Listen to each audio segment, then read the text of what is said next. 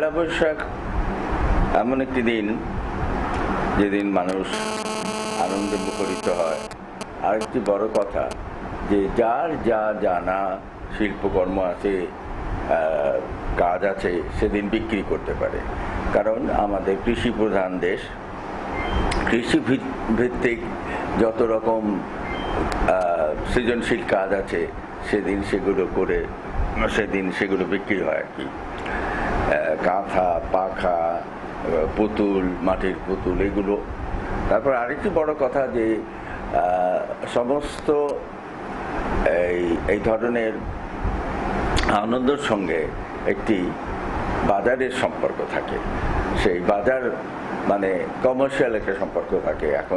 এখন যদি বলি, আগে ছিল সেই হাটমুখী, হাটে আসতো, সব বিক্রি হতো, কিংবা একটি মেলা হতো, সেই মেলা সব বিক্রি হতো।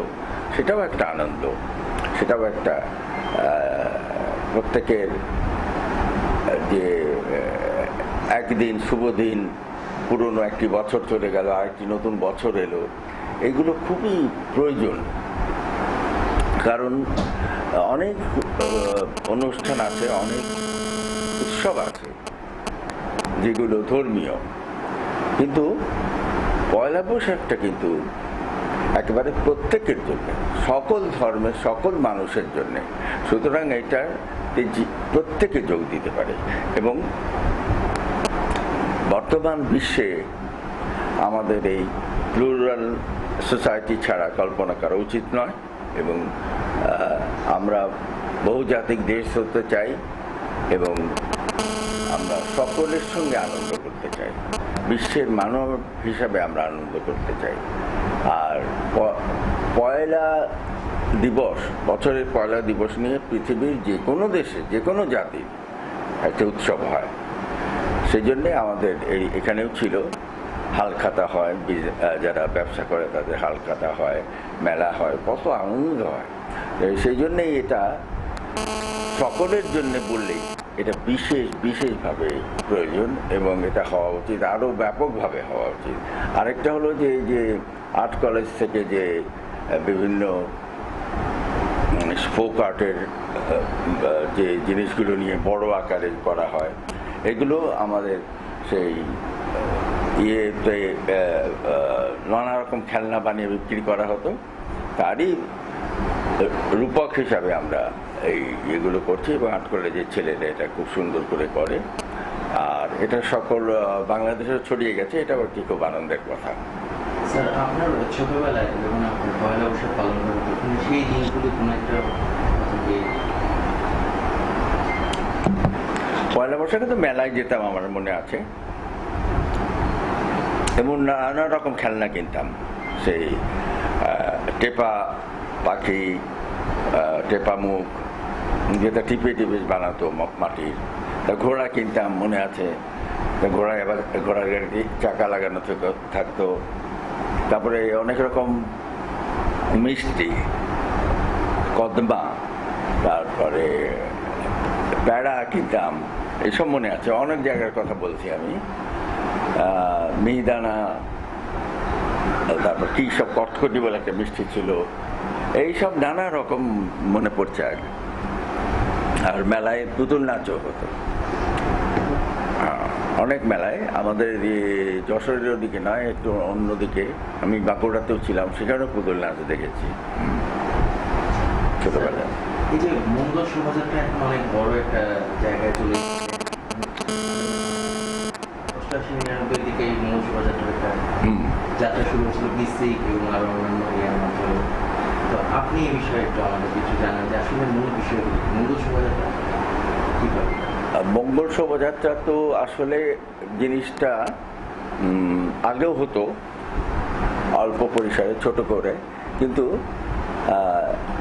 একরকম স্কাল্পচার আছে, মানে পেপার স্কাল্পচার বলি আমি। তো সেই পেপার স্কাল্পচার খুব সহজে করা যায়, বড় করা যায়, আর মুখোশ খুব সুন্দর বানানো যায়। তো সেইটা আমার এক ছাত্র জুইস নামে, সে আমার কাছে খুব ভালোভাবে শিখেছিল এবং সে আর্ট কলেজে এইটা প্রবর্তন করে, সে অন্যকে শেখায়। তো সেখান থেকেই এই মুখোশ বানাবার রীতিটা কাগজ দিয়ে প্রচলন হলো, এবং পরে এই শোভাযাত্রা যেটা মঙ্গল শোভাযাত্রা যেটা নাম করেছে সেখান থেকে হচ্ছে। এছাড়াও মঙ্গল শোভাযাত্রায় আর্ট কলেজে অনেক শিল্পীরা মিলে, একেবারে তরুণ শিল্পীরা মানে ছাত্ররা মিলে নানা আকারের আমাদের ফোক পাপেটের, যে পাপেটও বলবো না, ফোক যে সরি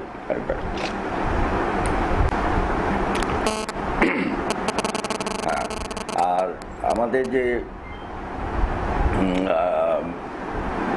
ফোক পাপেটের মধ্যে, ফোক ডলসের মধ্যে যেসব ছিল, যে আকার ছিল, যে ভঙ্গি ছিল, সেগুলোকেই কপি করে, কপি ঠিক না, তাকে আবার নতুন রূপ দিয়ে সেটাকে করা হয়।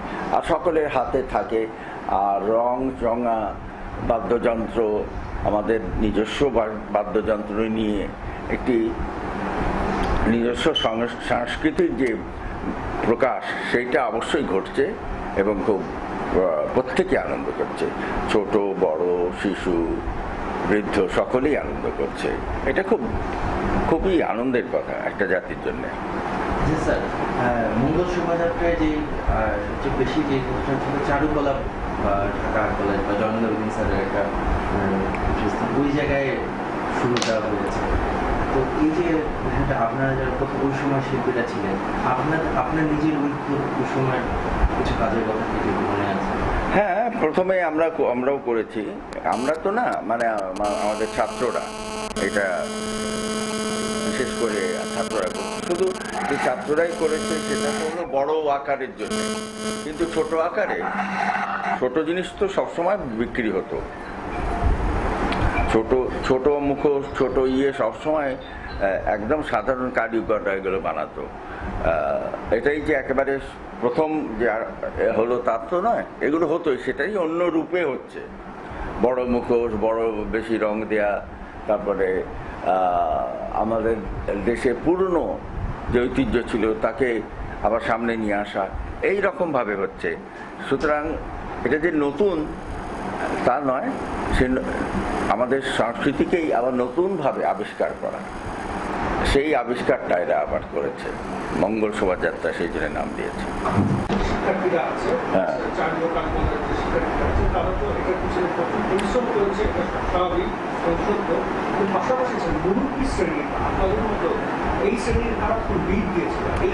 আমরা পেছনে কিন্তু গোড়ার দিকে সবসময় ছিলাম। তারপরে আর্ট কলেজের যারা শিক্ষক তারাও ছিলেন, আর সকলেই ছিলেন, কিন্তু ভেতরে ভেতরে সকলে ছিলেন। চাঁদা তুলে আমরা যেরকম ছবি এঁকে দিয়েছি, আমাদের ছবি বিক্রি হয়েছে, সেই অর্থ দিয়ে তারা কাজ করেছে, এরকম হয়েছে পেছনের থেকে। মানে এরকমভাবে আমরা, তাদের অর্থ লাগবে তো একদিন আমরা সমস্ত সিনিয়র শিল্পীরা ছবি এঁকে দিলাম, সেগুলো বিক্রি করে তাদের অর্থ হলো, এরকম হয়েছে আর কি। আরেকটা বিষয় স্যার, আমাদের এই নববর্ষের যে উৎসব, এই উৎসবে দেখা যায় রাজধানীতে যেটা হয়, পান্তা এবং ইলিশ, এটা নিয়ে ব্যাপক হইচই হয়, এটাকে ঘিরে ব্যাপক একটা আয়োজন থাকে। একটু যদি বলেন যে আমাদের এই নববর্ষের উৎসবের সঙ্গে এই পান্তা ইলিশের আসলে রিলেশনটা কোন জায়গাতে বা কিভাবে এটা আসে? এইটাই হলো যে আমাদের যে ঐতিহ্য ছিল সেগুলো শহর থেকে চলে গেছে।